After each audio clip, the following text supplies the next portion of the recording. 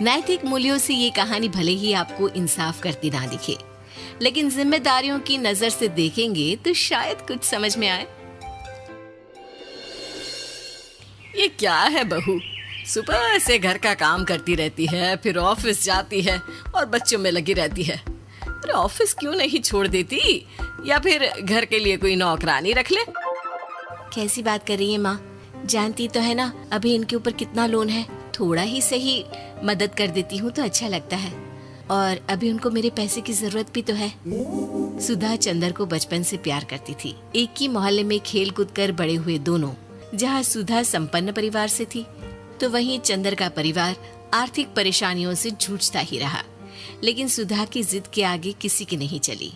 सुधा, कल ऑफिस जल्दी जाना है और 2 दिन के लिए गुजरात ऑफिस के काम से भी जाना होगा।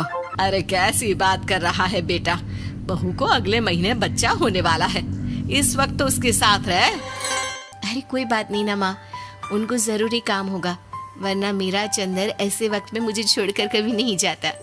चंदर सुबह घर से निकलता तो आधी रात को घर में घुसता। पता है, दिन रात काम नहीं करूंगा तो घर कैसे चलेगा।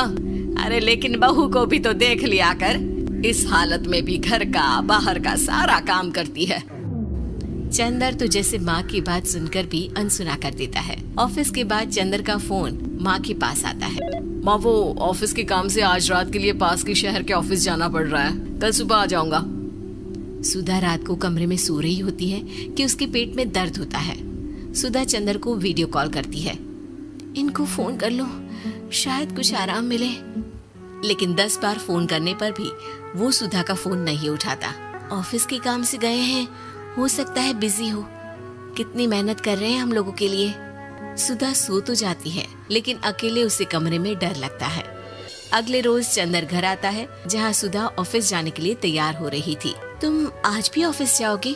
कल रात भर तो ड्यूटी की है, थक जाओगे, छुट्टी ले लो ना। अरे नहीं, कैसी बात कर रही हो, ये तो पॉसिबल ही नहीं है। अच्छा रुको, मैं जल्दी से तुम्हारा खाना और नाश्ता बना देती हूँ। बेचारी सुधा ऑफिस जाना छोड़कर लग जाती है पति के लिए खाना बनाने, उसके कपड़े प्रेस करने और जरूरत का सामान मुहैया कराने के लिए।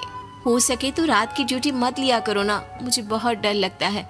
अरे यार क्या है, तुम तो ऐसे बिहेव कर रही हो कि तुम ही अकेली हो जिसे बच्चा होने वाला है। इतने लोगों के पति जो काम के सिलसिले में बाहर होते हैं, उनका क्या?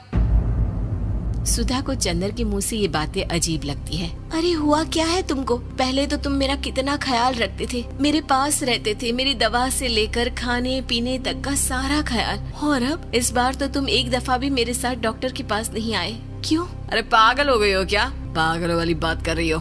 काम धंधा देखो या फिर तुम्हें लेकर टहलता फिरो। और मुझे शुक्रवार की रात को काम से निकलना है, सोमवार आऊंगा। सुधा को समझ में नहीं आता कि क्यों अचानक से चंदर को फील्ड का काम मिल गया है।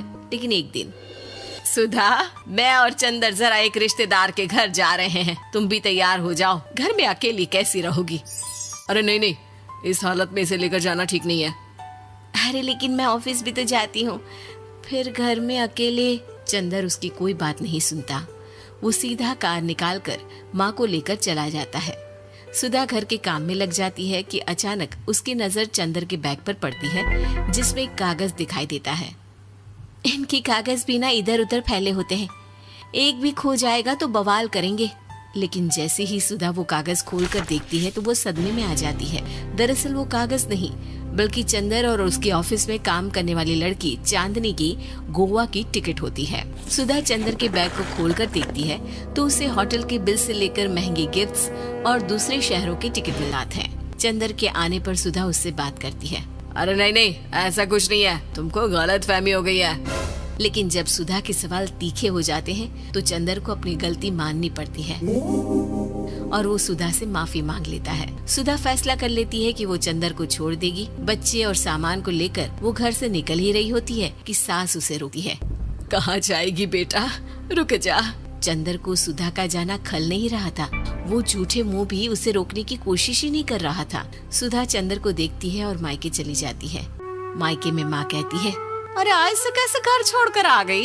कौन सा चंदर तुझे छोड़ रहा था? माफी तो मांग ली थी ना। देखो बेटा, बेटी डोली में जाती है और अर्थी में ही निकलती है। पर पापा, मेरा आत्मसम्मान, उसका क्या? आपने मुझे पढ़ाया लिखाया है, इस लायक बनाया कि मैं खुद का खर्चा उठा सकूं, बेटी को पढ़ा सकूं, एक अच्छा जीवन पाऊं। अरे लेकिन पति की जरूरत तो होती है ना सुधा दीदी, और अगर आपको नहीं है तो इस बच्ची का सोचो जो अपने पिता से इस कदर जुड़ी है। आने वाले बच्चे की सोचो जिसके आने से पहले ही आपने पिता का प्यार से दूर करने की सोच ली। सुधा फोन देखती है लेकिन चंदर का कोई कॉल नहीं होता। वो समझ नहीं पाती कि अपने आत्म सम्मान के बारे में सोचे या बच्चों के बारे में। मम्मी, हम नाना नानी के घर से दादी और पापा के पास कब जाएंगे? नहीं जाएंगे बेटा, अब यहीं रहेंगे। नहीं मम्मी, मैं पापा के पास जाऊंगी, मुझे दादी के साथ रहना है। और मेरे साथ? हाँ, आपके साथ भी तो, सबके साथ माँ। देखो सुधा दीदी, आपके सर पर पिता का साया होना जरूरी होता है। अपने घमंड के लिए पिता और बेटी को अलग मत करो। सुधा अब सामान उठाकर अपने ससुराल जाने लगती है, लेकिन मन में सवाल रह जाता है कि जिसे दुनिया घमंड समझ रही है वो उसका आत्मसम्मान था। चंदन ने माफी जरूर मांग ली, लेकिन कभी ये एहसास नहीं दिलाया कि वो सिर्फ उसी का है।